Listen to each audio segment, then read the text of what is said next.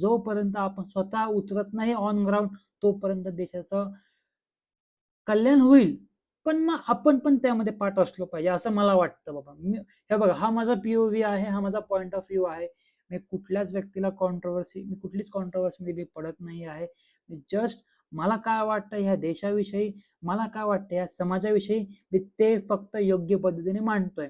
आणि ते मी मांडणार सुद्धा, कारण आज इतके लोक आहेत ज्यांना सरकारी योजनेविषयी माहिती नाहीये, सरकार नक्की काय काम करतंय, नक्की धोरण नवीन नवीन काय आणलेले आहेत, हे युथला माहिती नाहीये, हे लोकांना माहिती नाहीये. आपल्याला हे माहितीये की उद्या आपल्या जवळच्या थिएटरमध्ये कुठला पिक्चर लागणार आहे, आपल्याला हे माहिती असतं. पण आपण ज्या रस्त्याने जातो त्या रस्त्याच्या डेव्हलपमेंटचं काय, ते कुठपर्यंत आलेलं आहे,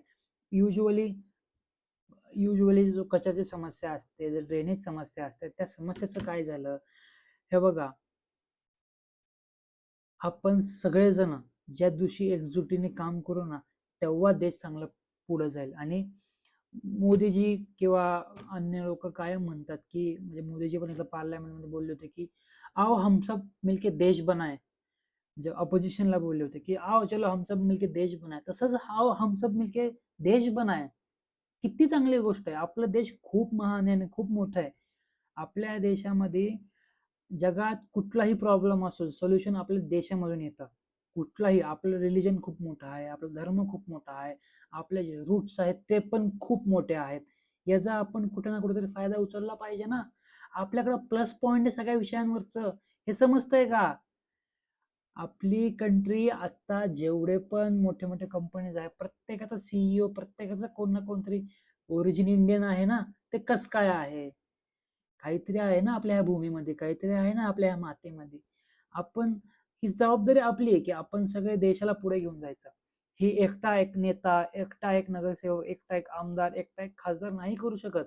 त्या सगळ्यांना मदतीची गरज असते, सगळ्यांना आपल्यासारख्या लोकांची गरज असते, जिथे आपण सर्वजण लॉजिक लावू शकतो, आपण सर्वजण समस्या सोडवू शकतो. हे बघा, समस्या दाखवणं ही गोष्ट वेगळी आहे, पण समस्या सोडवणं ही गोष्ट वेगळी. आपण सगळेजण समस्या सोडवण्यावरती भर दिला पाहिजे, फक्त समस्या दाखवण्यावरती नाही. आता जागरूक नागरिक कसं व्हावं याविषयी सांगतो. एक सिविक फॉर्म्युला आहे, तो तुम्हाला सांगतो. सी म्हणजे कनेक्ट. तुमच्या प्रभागाचे नगरसेवक असतील, तुमच्या एरियाचे एमएलए असतील, तुमच्या एरियाचे एमपीज असतील, ह्यांचे जनसंपर्क कार्यालय कुठे आहेत, हे नक्की आता काय काम करत आहेत, हे कोणते कोणते विकासाचे मुद्दे पार्लमेंटमध्ये असू द्या, विधानसभेमध्ये असू द्या, कॉर्पोरेशनमध्ये असू द्या, कोणते कोणते मुद्दे मांडतायत हे तरी कळणं गरजेचं आहे की नाही. आपण मत दिलं, परत 5 वर्षांनी आपण मत द्यायला जायचं, ही प्रोसेस चांगली नव्हे. आपला नेता नक्की काय करतोय, त्याचं विजन काय, त्याचं धोरण काय, तो काय काय गोष्टी समाजामध्ये आणतोय, इम्प्लिमेंट करतोय. हे बघा, मला असं वाटतं की आताचे जे मुद्दे आहेत, रस्ता, पाणी, वीज, कचरा, हे हे मुद्दे आहेत, म्हणजे अजून पण 100% सोल्युशन आलेलं नाहीये. पण मग 100% सोल्युशन कुठल्या गोष्टीचं असतं? No one is 100% perfect. कुठलीच गोष्ट 100% चांगली होऊच शकत नाही. प्रत्येक गोष्टीमध्ये कुठं प्लस ना मायनस काही ना काहीतरी राहणारच आहे.